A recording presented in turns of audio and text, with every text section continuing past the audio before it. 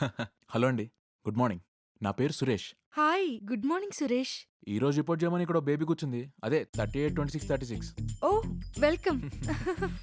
మా డోర్ మీకోసం ఎప్పుడు తెరిచి ఉంటుంది. Back Dora, front Dora? కొంచెం ఓవర్ అయిందేమో. మా గర్ల్ ఫ్రెండ్స్ అందరూ ఈ డైలాగ్ చెప్పుకుంటారు మరి. ఓకే, మీకు పెళ్ళయిందా?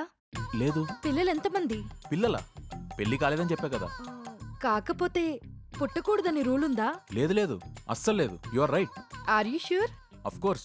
ఈ ప్రపంచంలో ఎవరు షూర్గా చెప్పలేరు. అంటే ఎక్కడో ఒక చోట పుట్టుండొచ్చు కదా. ఉండొచ్చు. మీకు తెలియకుండా ఈ రాష్ట్రం అంతా పాదయాత్ర చేశాను కదా.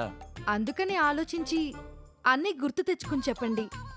తేడా వస్తే మాకు అనవసరంగా హెవీ ఎక్స్పెండిచర్ అవుతుంది. సరే గాని, పిల్లలు లేకపోతే జాబ్ పనికిరానా? ఒక్క ఇంచు కూడా పనికిరారు. అందుకే పటేల్ మగాళ్ళు మాత్రమే ఈ జాబ్కి అర్హులు అని స్పష్టంగా చెప్తాము. నాకు డౌట్ ఉంది. కంప్యూటర్ కోచింగ్కి ఫర్టిలిటీకి సంబంధం ఏంటి? I don't know what you talking. Please follow me. అచ్చా, క్లాస్ అక్కడ తీసుకోవాలా? మరి నా సంగతి చెప్పొచ్చు కదా. Please come. మేడం, ఈ క్యాండిడేట్ ఓకేనా?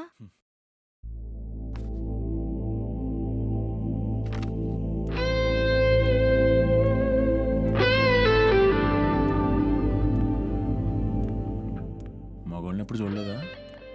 హలో, ఏంటి ప్రదక్షిణలో? Suresh, please stop.